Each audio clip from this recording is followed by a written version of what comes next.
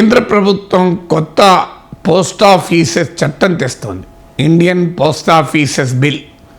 ఇది ఇప్పటికే రాజ్యసభ ఆమోదం పొందింది, లోక్సభ ఆమోదం పొందాల్సి ఉంది. ఈలోగా ఈ చట్టంలోని కొన్ని ప్రొవిజన్స్ పైన తీవ్రమైన వ్యతిరేకత ప్రతిపక్షాల నుంచి వస్తోంది, పౌర సమాజం నుంచి కూడా వస్తుంది. కేంద్ర ప్రభుత్వ వాదన ఏంటంటే ఒకప్పటి పోస్టల్ డిపార్ట్మెంట్ కాదు, పోస్ట్ ఆఫీసుల ద్వారా పోస్టల్ డిపార్ట్మెంట్ ద్వారా ఇప్పుడు వైవిధ్యభరితమైన సేవలు అందిస్తున్నారు. అందువల్ల మారినటువంటి పోస్టల్ డిపార్ట్మెంట్ ఫంక్షన్స్కు అనుగుణంగా చట్టాన్ని రూపొందించుకోవాలి. ఇప్పుడు ఉదాహరణకు మనకు 1898 నాటి ఇండియన్ పోస్టల్ యాక్ట్ ప్రకారము లెటర్లు అంటే ఉత్తరాలు బట్వాడా చేసేటువంటి హక్కు అధికారం కేవలం కేంద్ర ప్రభుత్వానికి మాత్రమే ఉంటుంది. కానీ మనకు ఆశ్చర్యం వేస్తుంది, మరి చట్టం ఇలా ఉన్నప్పుడు కొరియర్ సర్వీసెస్ ఎలా నడుస్తున్నాయని. అయితే 1898 ఇండియన్ పోస్ట్ ఆఫీస్ యాక్ట్లో లెటర్ అంటే ఏమిటి అని నిర్వచింపబడలే. సో లెటర్లను బట్వాడా చేసే అధికారం కేంద్ర ప్రభుత్వానికి మాత్రమే ఉంది అని ఉంది చట్టంలో. కానీ లెటర్ అనేది నిర్వచించలే. అందుకే మీరు కొరియర్ సర్వీసెస్ మనం ఏదైనా బుక్ చేస్తే ఒక ఉత్తరం బుక్ చేసినా వాళ్ళ లెటర్ అంటే దాన్ని ఆర్టికల్ పార్సల్ అంటారు. మనకు అర్థం కాదు ఎందుకు ఈ భాష వాడుతున్నారు ఆర్టికల్స్ పార్సెల్స్ అని. కానీ ఆర్టికల్స్ పార్సెల్స్ అనకపోతే లెటర్ అంటే అది పోస్టల్ చట్టం ఉల్లంఘన అవుతుంది. ఎందుకంటే ఒకప్పుడు కొరియర్లో సర్వీసెస్ అనేది మనం ఊహకు కూడా అందనప్పటి చట్టం అది. అందువల్ల సహజంగానే అప్పుడు ఆ మానోపలి కేంద్రానికి ఇచ్చారు గుత్తాధిపత్యం. కానీ ఇప్పుడు వ్యవస్థలు పూర్తిగా మారుతున్నాయి. అందువల్ల మారుతున్న పోస్టల్ డిపార్ట్మెంట్ సేవలు ఫంక్షన్స్కు అనుగుణంగా కొత్త చట్టాన్ని రూపొందిస్తున్నామనేది కేంద్రం చెప్తోంది. చట్టం కొత్త తేవడానికి ఎవరికి అభ్యంతరం లేదు. కానీ ఈ చట్టంలో 2 ప్రొవిజన్స్ 2 నిబంధనలు మాత్రం తీవ్రమైన వ్యతిరేకతకు కారణమయ్యాయి. అవి section 9, section 10. Section 9 of new చట్టం కొత్త పోస్ట్ ఆఫీస్ చట్టంలోని సెక్షన్ 9 ఏం చెప్తుందంటే central government by any notification can empower any officer to intercept or open any mail అని ఉంటుంది. అంటే ఏమైనా ఇంటర్సెప్ట్, ఓపెన్, డిలే ఏమైనా చేయొచ్చు. అంటే ఒక కేంద్ర ప్రభుత్వం కావాలనుకుంటే ఒక అధికారికి అధికారం ఇవ్వచ్చు. అంటే ఎవరిదైనా పోస్ట్ ఆపవచ్చు, దాన్ని ఓపెన్ చేయవచ్చు, డిలే చేయవచ్చు, ఆలస్యం చేయవచ్చు, ఈవెన్ డెలివరీ చేయకుండా కూడా ఉండవచ్చు. ఎందుకు ఎప్పుడు ఏ కారణాల రీతి అధికారం ఉంటుంది అంటే బ్రాడ్ కారణాలు చెప్పారు. దేశ భద్రత, friendly relations with other countries, ఇతర దేశాలతో సంబంధాలు, public order, public safety, emergency అన్నారు. దీని కింద ఏదైనా వస్తుంది. ఏది ఎమర్జెన్సీ కాదు, ఏది పబ్లిక్ ఆర్డర్ కాదు. పబ్లిక్ సేఫ్టీ అంటే ఏంటి? ఇంత బ్రాడ్గా ఉంటే చట్టాలు ఎలా దుర్వినియోగం అవుతున్నాయో మనం అందరము చూస్తున్నాం. ఇవాళ భావప్రకటన స్వేచ్ఛకు సహేతుక ఆంక్షలు విధించవచ్చు అని ఆర్టికల్ 19(2) చెప్తుంది. Article 19(1)(a) freedom of expression guarantee చేస్తుంది. ఆర్టికల్ 19(2) రీజనబుల్ రెస్ట్రిక్షన్ చెప్తోంది. అలాగే ఫ్రీడమ్ టు ప్రొటెస్ట్, అసెంబుల్ అనేది ఫండమెంటల్ రైట్. రీజనబుల్ రెస్ట్రిక్షన్స్ ఏంటి? రాజ్యాంగం అంగీకరించేది.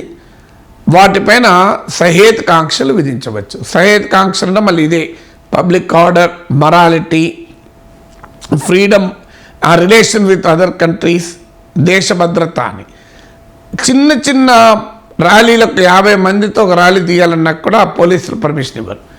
ఏంటంటే ఇది పబ్లిక్ ఆర్డర్ అని. సుప్రీంకోర్టు తీర్పులో ఉన్నాయి పబ్లిక్ ఆర్డర్ వేరు, లా అండ్ ఆర్డర్ వేరు అని. కానీ చీటికి మాటికి నిరసనలపైన ఆంక్షలు పోలీసులు ప్రభుత్వం పెట్టే వాతావరణం మనకు కనబడుతోంది. అందువల్ల ఇంత బ్రాడ్గా ఉంటే అంటే దేశ భద్రత, ఎమర్జెన్సీ, అత్యవసర పరిస్థితి, ప్రజాభద్రత, public safety, public order, relations with other countries, ఈ పేర్ల పైన ఎవరి మేలైనా ఓపెన్ చేయొచ్చు, దాన్ని డెలివరీ చేయకుండా ఊరుకోవచ్చు, డిలే చేయొచ్చు, దాన్ని ఆపచ్చు. ఇన్ని రకాల అధికారాలు పోస్టల్ అధికారులకు ఇస్తుంది. ఇది ప్రజల ప్రైవసీ పైన దాడి, ప్రజల్ని వేధించడానికి ఉపయోగించే ప్రమాదం ఉంది. నిజంగానే దేశ భద్రతకు కావలసిన బాంబులు, పేలుడు పదార్థాలు పోస్టల్ డిపార్ట్మెంట్లో ఉత్తరం ద్వారా పంపిస్తే ఖచ్చితంగా శిక్ష విధించవచ్చు, ఎవరికి అభ్యంతరం లేదు కూడా. ఈవెన్ ఉన్న చట్టం ప్రకారం కూడా చేయొచ్చు. ఉన్న చట్టం ప్రకారం కూడా ఎక్స్ప్లోజివ్ సబ్స్టెన్సెస్ను బట్వాడా చేయకూడదు. అందువల్ల కొత్త చట్టం కూడా అవసరం లేదు. మరి ఈ కొత్త చట్టం ఎందుకు తీసుకొస్తున్నారు? దేశ భద్రత కారణాన ఇప్పుడు కూడా చేయొచ్చు అధికారం. ప్రత్యేకంగా కొత్త చట్టం తెస్తున్నారంటే ఇది ప్రోన్ టు మిస్యూస్. అంటే మీకు సెడిషన్ రాజద్రోహ చట్టం పైన supreme court chief justice NV Ramana chief జస్టిస్గా ఉంటూ చేసిన కామెంట్లు మనకు గుర్తు. చెట్టును కోయమని రంపం ఇస్తే అడవినంతా కోసిపడేశారు. సో ఇప్పుడు ఒక పెద్ద కత్తిని రంపాన్ని నువ్వు చేతిలో పెడుతున్నావు. వారు ఏ మేలైనా ఓపెన్ చేస్తారు ఈ కారణం చెప్పి, ఏ మేలైనా ఆపే అవకాశం ఉంటుంది.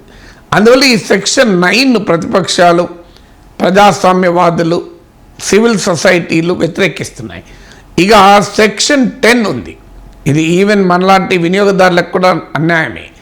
సెక్షన్ 10 ఏం చెప్తుందంటే, ఒకవేళ మనం ఏదైనా పోస్ట్ చేస్తాం, అది నష్టపోయిన, లాస్ అయినా, లేదు దానికి డ్యామేజ్ అయినా, లేదు అది మిస్ డెలివరీ అయినా, అంటే ఎవరికి పోవాల్సింది ఇంకోరికి పోయినా పోస్టల్ డిపార్ట్మెంట్కు ఏ రకమైన బాధ్యత ఉండదు. No penalty can be impose. అంటే ఫర్ మిస్ డెలివరీ, రాంగ్ పీపుల్కి అది డెలివరీ అయినా, లేదు అది డ్యామేజ్ అయినా, అది మొత్తానికి పోయినా ఎలాంటి బాధ్యత పోస్ట్ ఆఫీస్కి ఉండదు, పోస్టల్ అధికారులకు ఉండదు. మరి అలాంటప్పుడు అకౌంటబిలిటీ ఏంటి? కన్జ్యూమర్ ప్రొటెక్షన్ యాక్ట్లు ఇలాంటివి మనకున్నాయి. రేపు ఇది పోస్టల్ డిపార్ట్మెంట్కి కాదు, కొరియర్ సర్వీసెస్ కూడా ఇదే చట్టం కావాలంటారు. సో మాకేం బాధ్యత ఉండదు. నీకు డబ్బులు తీసుకొని నీవు పోస్ట్ చేయడానికి అనుమతించినప్పుడు అది ఆ వస్తువు పోగొట్టకూడదు, ఆ లెటర్ పోగొట్టకూడదు, ఆ లెటర్ డ్యామేజ్ కాకూడదు, అది ఇంకొకరికి డెలివరీ కాకూడదు. ఇది బేసిక్ హక్కు కదా, కన్స్యూమర్ రైట్స్. సో సెక్షన్ 10 అలాంటి పెనాల్టీ కానీ బాధ్యత కానీ పోస్టల్ వ్యవస్థ పైన పెట్టడం లేదు. అందువల్ల ఈ 2 ప్రొవిజన్స్, సెక్షన్ 9 ప్రజల ప్రైవసీని దుర్వినియోగం చేసే ప్రమాదం ఉంటుంది, సెక్షన్ 10 ప్రజలకు పోస్టల్ వ్యవస్థ జవాబుదారీతనాన్ని లేకుండా చేస్తుంది. అందువల్ల ఈ 2 ప్రొవిజన్స్ను తీవ్రంగా పార్లమెంట్లో వ్యతిరేకిస్తున్నారు.